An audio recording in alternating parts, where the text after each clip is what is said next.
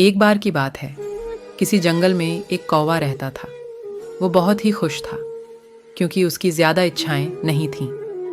वह अपनी ज़िंदगी से संतुष्ट था, लेकिन एक बार उसने जंगल में किसी हंस को देख लिया और उसे देखते ही सोचने लगा कि ये प्राणी कितना सुंदर है। ऐसा प्राणी तो मैंने पहले कभी नहीं देखा, इतना साफ और सफ़ेद। ये तो इस जंगल में औरों से बहुत सफ़ेद और सुंदर है, इसलिए यह तो बहुत खुश रहता होगा। कौवा हंस के पास गया और पूछा, भाई तुम इतने सुंदर हो इसलिए तुम बहुत खुश हो गए। इस पर हंस ने जवाब दिया, हाँ, मैं पहले बहुत खुश रहता था जब तक मैंने तोते को नहीं देखा था। उसे देखने के बाद से लगता है कि तोता धरती का सबसे सुंदर प्राणी है। हम दोनों के शरीर का तो एक ही रंग है, लेकिन पर दो दो रंग है। उसके गले में लाल रंग का घेरा और वो सुर्ख हरे रंग का था। सच में वो बेहद खूबसूरत था। अब कौवे ने सोचा कि हंस तो तोते को सबसे सुंदर बता रहा है, तो फिर उसे देखना होगा। कौवा तोते के पास गया और पूछा, भाई तुम दो दो रंग पाकर बड़े खुश हो गए? इस पर तोते ने कहा, हाँ, मैं तब तक खुश था जब तक मैंने मोर को नहीं देखा था। मेरे पास तो दो ही रंग हैं, लेकिन मोर के शरीर पर तो कई तरह के रंग हैं।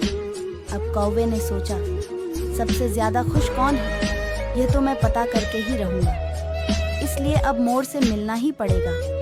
कौवे ने मोर को जंगल में ढूंढा, लेकिन उसे पूरे जंगल में एक भी मोर नहीं मिला। और मोर को ढूंढते ढूंढते वह चिड़िया घर में पहुंच गया। देखा, मोर को देखने बहुत से लोग आए हुए हैं और उसके आसपास अच्छी खासी भीड़ है।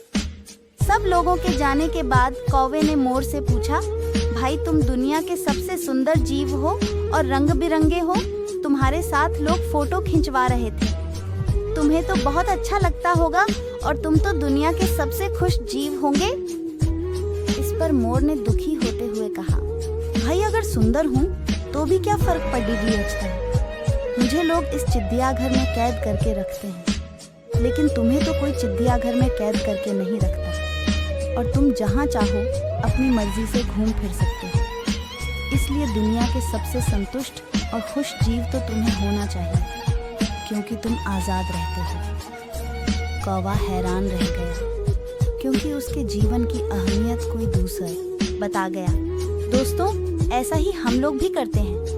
हम अपनी खुशियों और गुणों की तुलना दूसरों से करते हैं, ऐसे लोगों से जिनका रहन सहन का माहौल हमसे बिल्कुल अलग होता है। हमारी जिंदगी में बहुत सारी ऐसी चीजें होती हैं जो केवल हमारे पास हैं, लेकिन हम उसकी अहमियत समझकर खुश नहीं होते। लेकिन दूसरों की छोटी खुशी भी हमें बड़ी लगती है, जबकि हम अपनी बड़ी खुशियों को इग्नोर कर देते हैं।